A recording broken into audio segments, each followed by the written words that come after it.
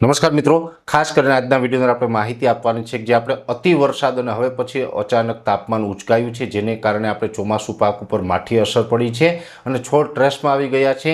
હવે આપણે આપણા પાકને કેવી રીતે બચાવવો, શું ઇલાજ કરવો એ તે વિશેની સંપૂર્ણ માહિતી આપું એ પહેલાં આપણે એ પણ જણાવી દો કે આવનારા દિવસમાં આપણે 2 ખેડૂત મિટિંગનું આયોજન કરેલું છે. જેમાં પ્રથમ ખેડૂત મિટિંગ છે એ છે તારીખ 11 સપ્ટેમ્બર 2025 અને ગુરુવારના રોજ સમય છે સાંજે 4:30 વાગ્યે. મિટિંગનું સ્થળ છે લેવા પટેલ જ્ઞાતિની વાડી, શિવાજી ચોક, જયસિંહપરા, અમરેલી. બીજી ખેડૂત મિટિંગ છે એ છે તારીખ 12 સપ્ટેમ્બર 2025 અને શુક્રવારના રોજ સમય છે સાંજે 4:30 વાગ્યાનો. મિટિંગનું સ્થળ છે માં અમરધામ આશ્રમ, ચાડીકા ડુંગર, માલકનેસ રોડ, ગામ ડેડાણ, તાલુકો ખાંભા અને જિલ્લો અમરેલી. તો આ બંને ખેડૂત મિટિંગની અંદર દરેક ખેડૂત ભાઈઓને પધારવા માટે મારું ભાવભર્યું આમંત્રણ છે. ત્યાં આપણે હવામાન અને ઝેરમુક્ત ખેતી વિશેની ચર્ચા કરશું. સાથે સાથે એ વિસ્તારના ખેડૂતોને બીજી કોઈ સમસ્યા હોય તો એ સમસ્યાનું નિરાકરણ આવે એ વિષય ઉપર પણ આપણે સૌ સાથે મળી ચર્ચા કરી અને આપણે કામ કરી શકીએ તે માટે આપણે બધા મળવાના છે. તો દરેક ખેડૂત ભાઈઓને આ મિટિંગમાં પધારવા માટે ભાવભર્યું આમંત્રણ છે. હવે ખાસ કરીને જોવા જઈએ તો આપણે હમણાં 4 થી 8 સપ્ટેમ્બર વચ્ચે સાર્વત્રિક વરસાદનો રાઉન્ડ આવ્યો. જો કે આ રાઉન્ડ છે એ લગભગ આપણે 80 થી 85% વિસ્તારમાં વરસાદ વરસ્યો છે. એમાં પણ લગભગ 40 થી 45% વિસ્તાર તો એવા છે કે ત્યાં અતિવૃષ્ટિ જેવા અતિભારે વરસાદ પણ પડી ગયા છે. અતિ વરસાદ પડ્યા છે અને તાપમાન છે આપણે ત્યારે નીચું હતું. હવે આ વરસાદનો રાઉન્ડ પૂર્ણ થયો એટલે અચાનક જ ફરીથી આપણું તાપમાન છે ઉચકાયું છે. અત્યારે એવરેજ ગુજરાતનું તાપમાન છે 34 થી લઈને 38 ડિગ્રીની રેન્જમાં આવી ગયું. એટલે ખૂબ ઊંચું તાપમાન આવ્યું છે. એટલે હવામાનની અસર છે એ પણ આપણા પાકને પડતી હોય છે. સ્વાભાવિક રીતે જેવી રીતે આપણે માનવ સભ્યતાની અંદર પણ હવામાનમાં બદલાવ આવે તો આપણે પણ શરદી, ઉધરસ, તાવ જેવી બીમારી આવતી હોય છે. કેમ કે હવામાન છે એ સજીવ ઉપર વધારે અસર કરતું હોય તો એવી રીતે પાકમાં પણ અસર કરે છે ને પાકમાં પણ આવી અસર અત્યારે જોવા મળી રહી હશે અને ઘણી જગ્યાએ હવે જોવા પણ મળશે. ખાસ કરીને અત્યારે જે પાકની અંદર એક તો નીચે ભેજ છે, વધારે વરસાદ પડ્યો છે, ઉપરથી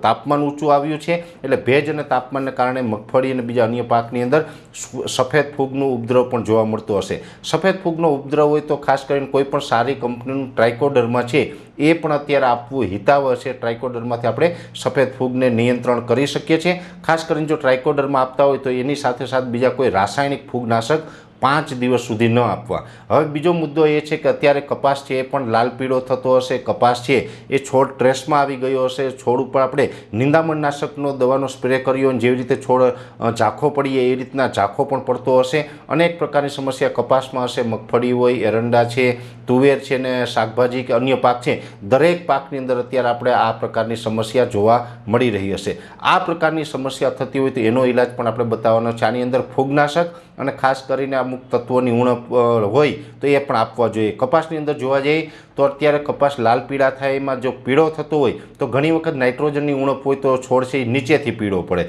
જો સલ્ફરની ઉણપ હોય તો છોડ છે ઉપરની સાઈડથી પીળો પડતો હોય તો સલ્ફરની ઉણપ હોય છે. છોડ લાલ થાય છે તો એની અંદર પોટાશ અને મેગ્નેશિયમની ઉણપ હોય એ ઘટતા હોય તો પણ લાલ થતું હોય. એટલે ખાસ કરીને પોટાશ, મેગ્નેશિયમ અને સલ્ફેટ આ 3 વસ્તુ આપવી જરૂરી છે. આમ જોવા જઈએ તમે બીજી રીતે પણ આપી શકો. ખાસ કરીને ઇઝી રીતે આપવું હોય તો ઘણી બધી કંપની જે આપણે પોટાશ, મેગ્નેશિયમ સલ્ફેટ બનાવે છે જેને આપણે PMSથી ઓળખીએ છીએ. PMS એટલે એની અંદર 22, 18, 20નો ગ્રેડ આવે છે. 22% પોટાશ હોય, 18% મેગ્નેશિયમ હોય અને 20% સલ્ફરનો ભાગ હોય છે. એટલે આ 22, 18, 20નો જે PMS આવે છે પોટાશ, મેગ્નેશિયમ સલ્ફેટ એ અત્યારે આપણે 1 કિલો પેકિંગની અંદર આસાનીથી માર્કેટમાં મળી જાય છે. કોઈ પણ સારી કંપનીનું PMS છે એ લઈ અને એક પંપમાં 100 ગ્રામ નાખવું. એ સાથે આપણે ફૂગનાશક તરીકે, ફૂગનાશકમાં પણ ઘણા બધા કન્ટેનો આવે છે પણ ખાસ કરીને જે આપણે ખૂબ સારા પરિણામ મળતા એવા હોય છે મેટાલિક્સિલ અને મેન્કોજેબ.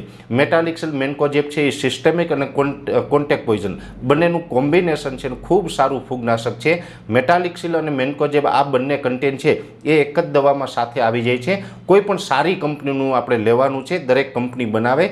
કોઈ પણ સારી કંપનીનું મેટાલિક્સિલ, મેન્કોજેબ છે એ એક પંપમાં 35 ગ્રામ નાખવાનું. એ પાવડર ફોર્મમાં આવશે. એટલે ખાસ કરીને PMS 100 ગ્રામ અને 35 ગ્રામ છે એ આપણે મેટાલિક્સિલ મેન્કોજેબ આ બંને આપણે એક પંપમાં નાખી અને જો અત્યારે આપણે પાકની ઉપર છંટકાવ કરીએ તો જે છોડ લાલ પીળો થતો હશે અથવા તો છોડ ટ્રેસમાં આવી ગયો હોય અને છોડ ઝાંખો પડી ગયો હોય, આવી કોઈ સમસ્યા હોય તો એમાંથી આપણે પાકને બચાવી શકીએ. આ છંટકાવ કર્યા પછી એક નવી ગ્રીનરી આવશે અને પાક છે એ ફરીથી પાછો તંદુરસ્ત થઈ જશે. એટલે આ રીતે પણ આપી શકું. ઘણા બધા મિત્રોને જો ડ્રીપ હોય તો ડ્રીપની અંદર આપવું હોય તો જે PMS છે, પોટાશ મેગ્નેશિયમ સલ્ફેટ છે, એ 1 એકરની અંદર 3 કિલો આપવાનું. બાકી પંપથી છંટકાવ કરતા હોય તો પંપે 100 ગ્રામ નાખવાનું. ખાસ કરીને અત્યારે જોવા જઈએ તો મગફળી, કપાસ હોય કે બીજા અન્ય પાક હશે, એ દરેક પાકનો ગ્રોથ વધારે હશે, કેમ કે પાક પણ અત્યારે ખૂબ મોટી અવસ્થાએ હોય, પાક મોટો થયો હોય તો એ મુજબના પંપ પણ કરવા જરૂરી છે. ખાસ કરીને જોવા જઈએ તો જે 1 એકરની અંદર 8 થી 10 પંપ ઓછામાં ઓછા કરવા. આમ તો તમે આ દવાનો છંટકાવ કરતા હોય કે કોઈ પણ દવાનો છંટકાવ અત્યારે કરતા હોય તો અત્યારે જે દવાનો છંટકાવ કરીએ તો એ પાકની જે વૃદ્ધિ હોય, એનો ગ્રોથ હોય, એ મુજબના પંપ કરવા પડતા હોય. શરૂઆતમાં આપણે 2-2.5 પંપ કરતા હોય તો ચાલે. અત્યારની વાત છે તો અત્યારે કમસે કમ 1 એકરે 8 થી 10 પંપ કરવા જરૂરી છે. જેટલું આપણે પાણી વધારે ઉતારશું પાક ઉપર એટલું આપણે પરિણામ સારું મળશે. એટલે ખાસ કરીને દરેક ખેડૂત ભાઈઓને આપણે અહીં નોંધ એ લેવાની છે, કપાસ લાલ પીળો પડતો હોય, છોડ ટ્રેસમાં આવી ગયો હોય, ઝાંખો પડી ગયો હોય અને ફૂગની સમસ્યા, દરેક સમસ્યા હોય તો પોટાશ મેગ્નેશિયમ સલ્ફેટ એટલે કે PMS અને એની સાથે મેટાલિક્સિલ મેન્કોજેબ આ બંનેનો છંટકાવ કરવાથી ખૂબ સારા પરિણામો મળે છે. એટલે દરેક મિત્રોએ આ ઇલાજ છે એ મારી દ્રષ્ટિએ કરવો જોઈએ, જેથી કરીને આપણો પાક છે એને આપણે નબળો પડતો અટકાવી શકીએ અને તંદુરસ્ત પાક બનાવીએ. અને તંદુરસ્ત પાક હોય તો સારું ઉત્પાદન પણ આપણે મળી શકે. વિશેષ કોઈ માહિતીની જરૂર હોય તો પણ અમને કોમેન્ટ કરીને તમે વિશેષ માહિતી મેળવી શકો છો. અત્યારે આ વિડીયોની અંદર એટલું જ. અંતમાં દરેક મિત્રોને વિનંતી રહેશે, આ વિડીયોને લાઈક આપીને દરેક ગ્રુપમાં શેર કરવો. આપણી આ YouTube ચેનલને સબસ્ક્રાઈબ કરવીને જો તમે અમને ફેસબુક પેજ ઉપર જોઈ રહ્યા હોય તો ફેસબુક પેજને પણ ફોલો કરજો. નમસ્કાર.